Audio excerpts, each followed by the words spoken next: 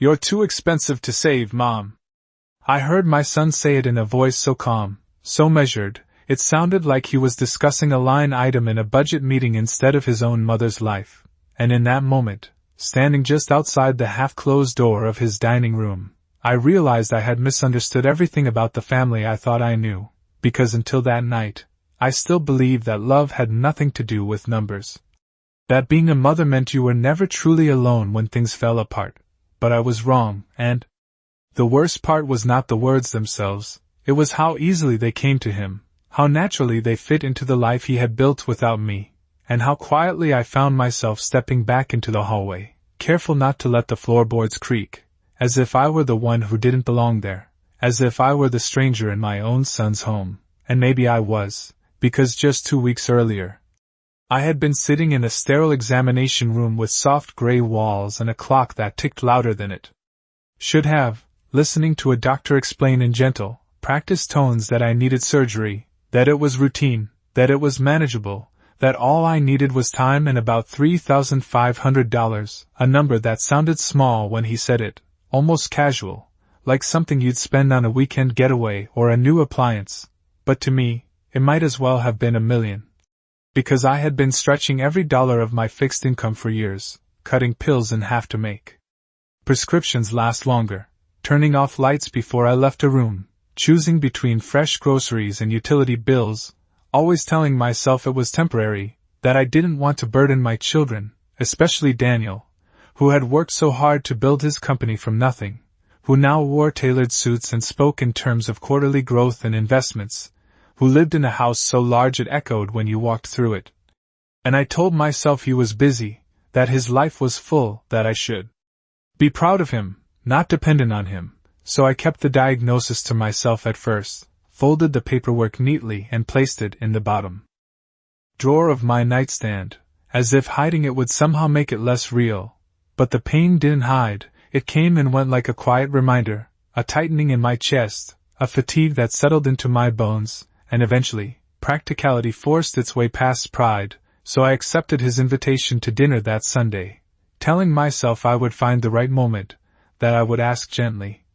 that I would make it clear this was a one-time need, not a habit, not a pattern, just a bridge to get me through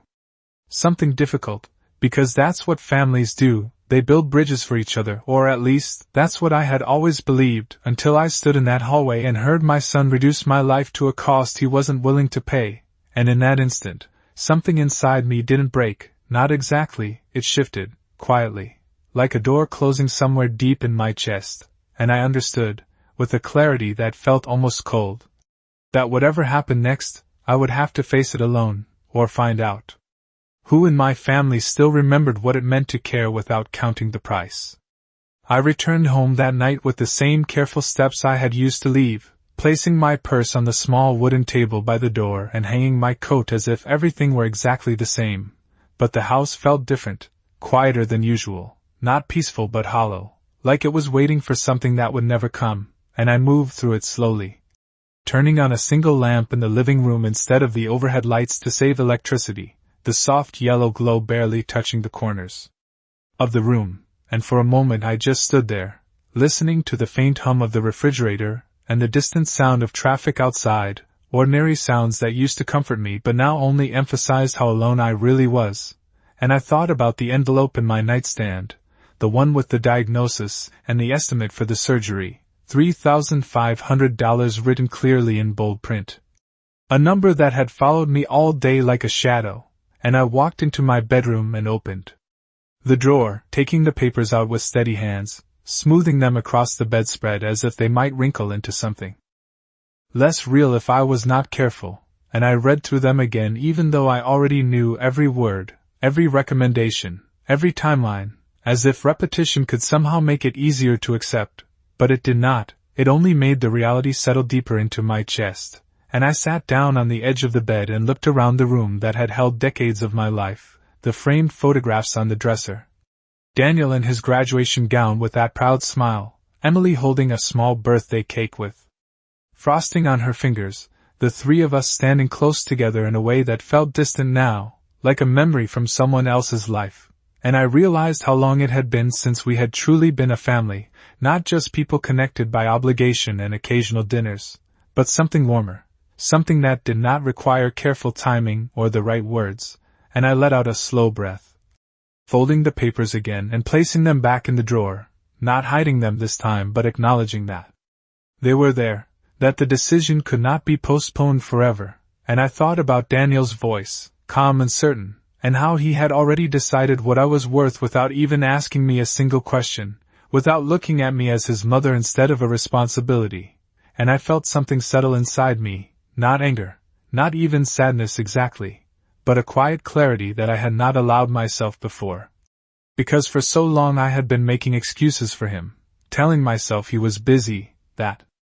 success changes people in ways that are not always visible, that he still cared even if he did not show it the way he used to. But now I could not pretend anymore. Now I had heard the truth in his own words, and it was not harsh or loud, it was simple, almost polite, which made it harder to ignore, and I stood up and walked back into the living room. Picking up my phone from the table and holding it for a moment without unlocking it, my reflection faintly visible on the dark screen, older than I remembered, more tired, but still standing, still thinking, and for the first time since the diagnosis, I allowed myself to consider another possibility, one that I had pushed aside because it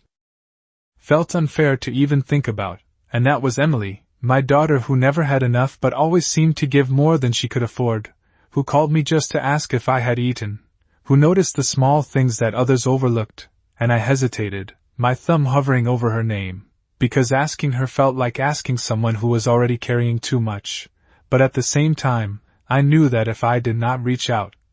I would be making the same mistake again, choosing silence over truth, and I was no longer sure that silence was protecting anyone, least of all myself.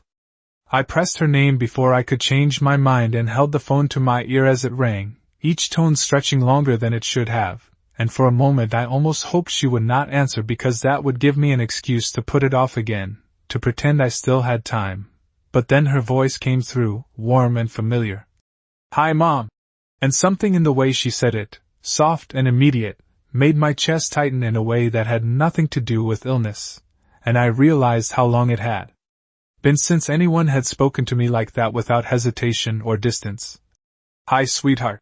I replied, keeping my tone steady, careful not to let anything slip too soon, and she noticed it anyway, she always did. "Are you okay?" she asked, not dramatic, not alarmed, just quietly attentive, and I sat down in the chair by the window, looking out at the dark street as I searched for the right words, but there were no right words, only honest ones, and those felt heavier than anything I had carried before, so I started simply, telling her about the doctor, about the tests, about the recommendation for surgery, explaining it the way it had been explained to me, calm and practical, as if I were discussing someone else's situation, and she did not interrupt, not once, she just listened, the way people do when they care more about understanding than responding, and when I finished, there was a brief silence. Not empty, but full, like she was taking it all in, and then she asked the question I had been avoiding all day. "How much do you need?" And I hesitated, because saying the number out loud made it real in a way that reading it on paper never had. "It is $3,500. I said, the words coming out slower than I expected, and I added quickly, "But Emily, I am not asking you for that, I just wanted you to know what is going on." And there it was again, that instinct to protect my children from my own problems, even when they were already adults with lives of their own. But she did not accept that boundary the way Daniel had created his. She moved past it without force, without argument, just with quiet certainty. "Mom, I did not ask if you were asking," she said gently. "I asked how much you need." And I closed my eyes for a moment, feeling something shift again inside me, something softer this time, something that felt like relief mixed with guilt, because I knew her situation. I knew she worked long hours, that she was raising her son on her own, that she counted every dollar just like I did, maybe even more carefully, and the idea of taking anything from her felt wrong, almost unbearable. "You have your own responsibilities," I said, trying one more time to redirect the conversation, but she let out a small breath, not impatient, just steady.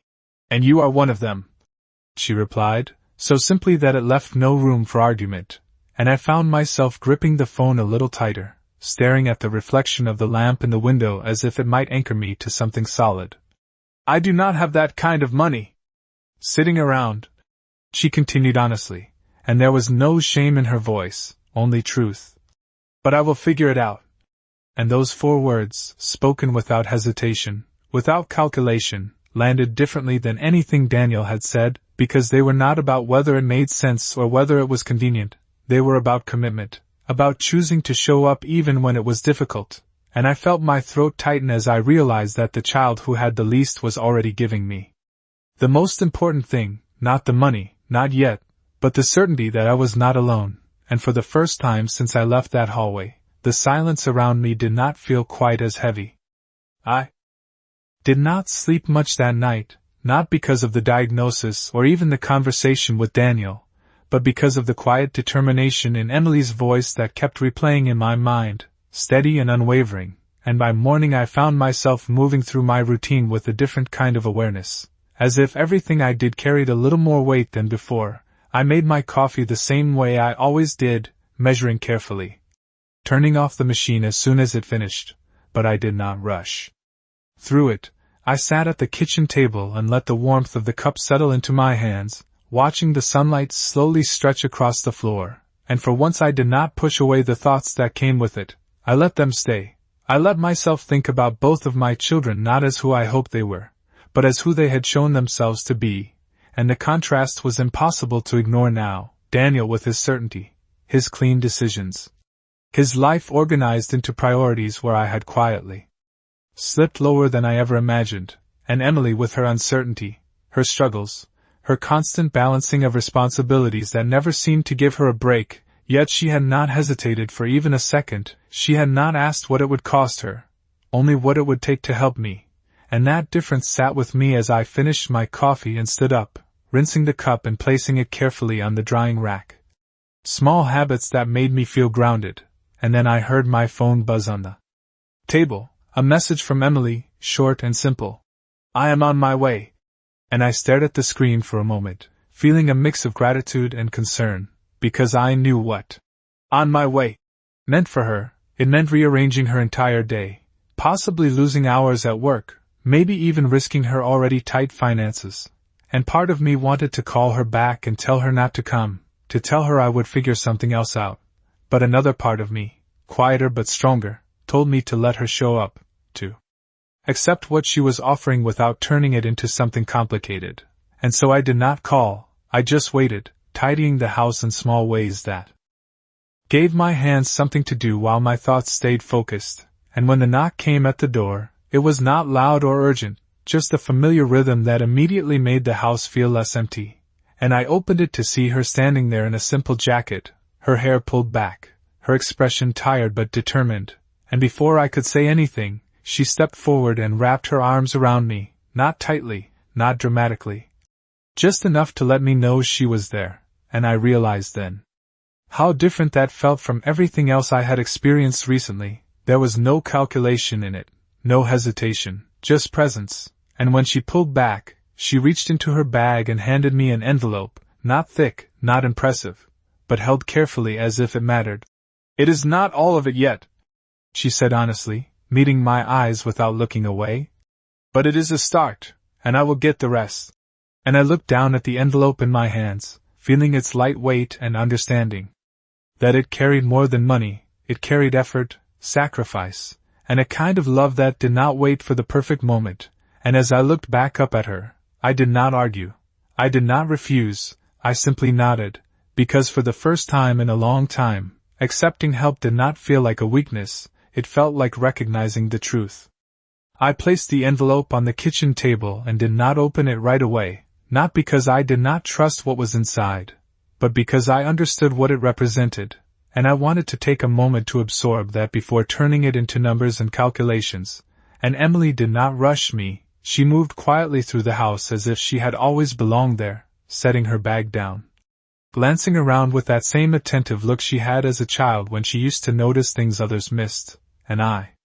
could see the fatigue in her shoulders, the kind that does not come from one long day but from many stacked together without enough rest in between. And yet she stood there steady, present, as if none of that mattered as much as being here. "You should sit,"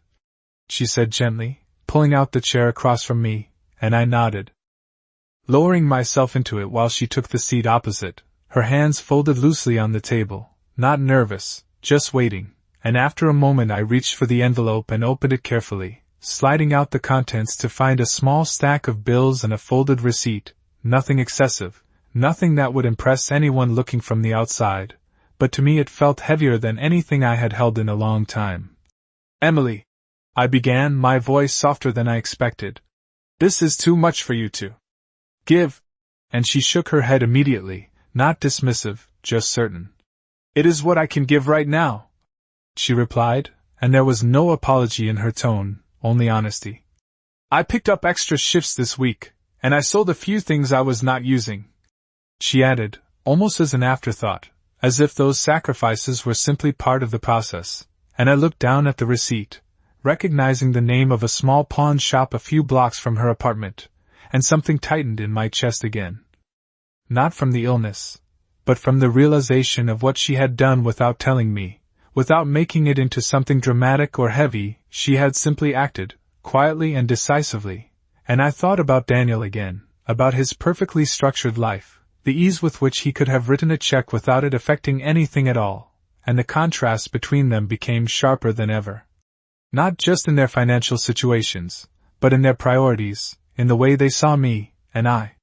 felt a strange calm settle over me, not because everything was solved, but because something had become undeniably clear, and I reached across the table, placing my hand over hers for a brief moment, a simple gesture that said more than any long explanation could.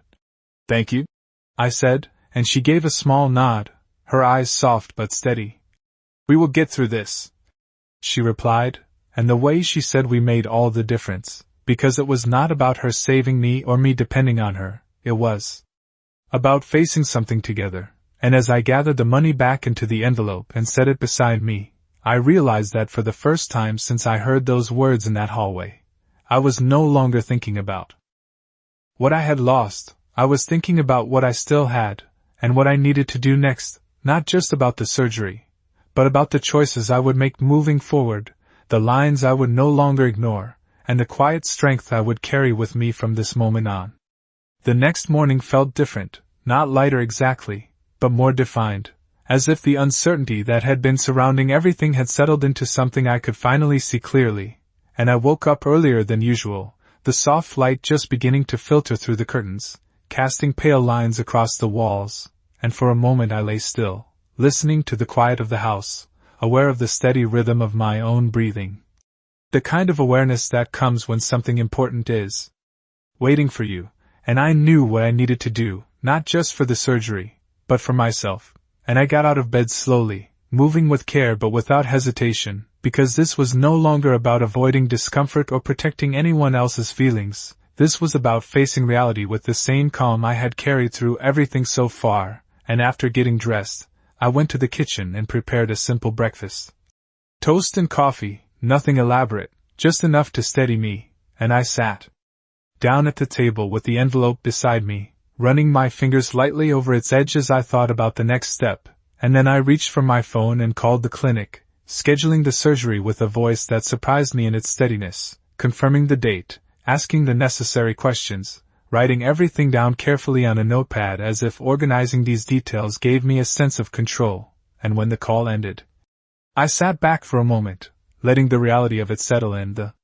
fact that something had shifted from possibility to action, and I did not feel afraid in the way I expected. I felt prepared, and that feeling stayed with me as I stood up and began to gather the documents I would need, placing them neatly into a folder, checking each item twice, small, deliberate movements that grounded me, and then, almost without thinking, I picked up my phone again and scrolled to Daniel's name.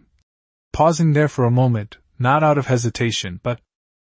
out of clarity, because this was not about asking for help anymore. That moment had passed. This was about something else entirely, and I pressed call, listening to the familiar ring as I waited, and when he answered, his voice was brisk, distracted, as if he was already in the middle of something more important. "Mom, I am in between meetings, can this be quick?" he said, and I held the phone steady, my voice calm, measured. "It will not take long," I replied, and for a brief second there was silence on the line, the kind that comes when someone senses a shift they cannot yet define, and I continued, not raising my voice, not accusing, simply stating what needed to be said. "I scheduled the surgery."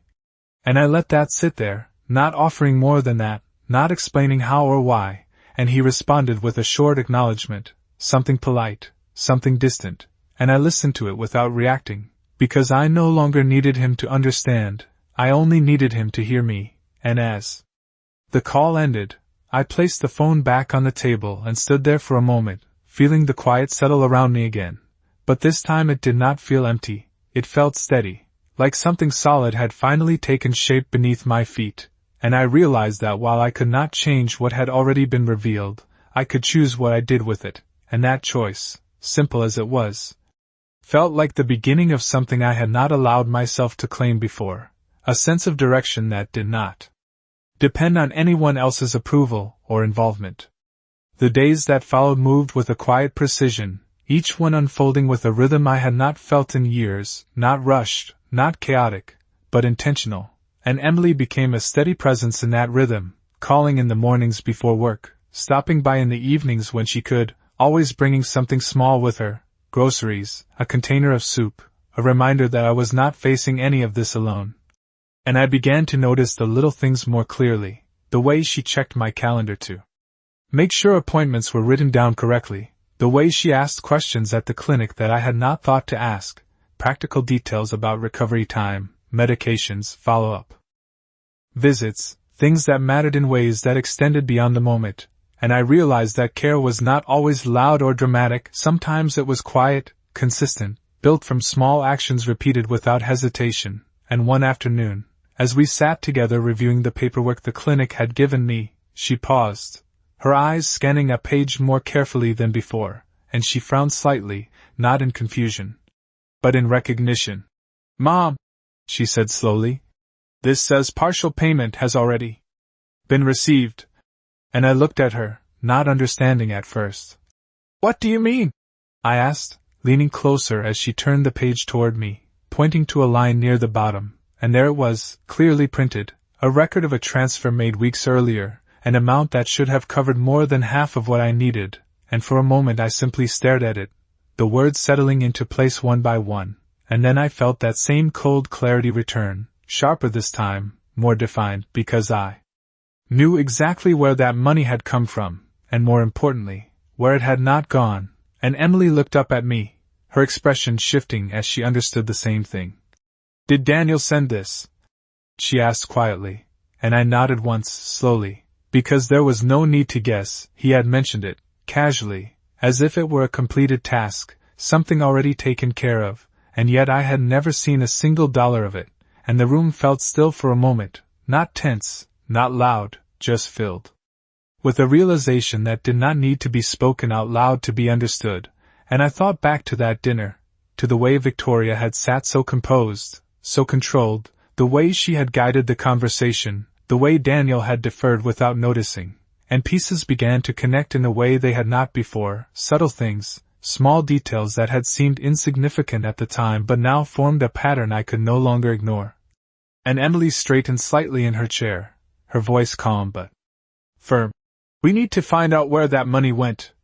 she said, and I met her gaze, seeing not anger, not accusation, but a quiet determination that mirrored my own, and I realized that this was no longer just about what I needed for the surgery, it was about understanding the truth that had been hidden beneath everything else, and for the first time, I did not feel uncertain about what to do next. I felt ready to face whatever that truth might reveal. We did not raise our voices, we did not rush into conclusions, instead we moved carefully, the way you do when you already suspect the truth but need to see it clearly before you act. And Emily sat beside me at the kitchen table with her laptop open, guiding me through the online banking records step by step, showing me how to access the account Daniel had used, how to trace the transaction the clinic had listed. And I followed her instructions slowly, not because I could not keep up, but Because I wanted to understand every detail, every number, every date, and when we finally found the transfer, it was exactly as expected, sent 2 weeks before my diagnosis, labeled clearly with my name in the notes, an amount that should have reached me without any complication, and yet it had not, and Emily leaned closer, her expression focused. "Look at the receiving account," she said, pointing to the routing details, and I did, and for a moment I did not recognize it, but then something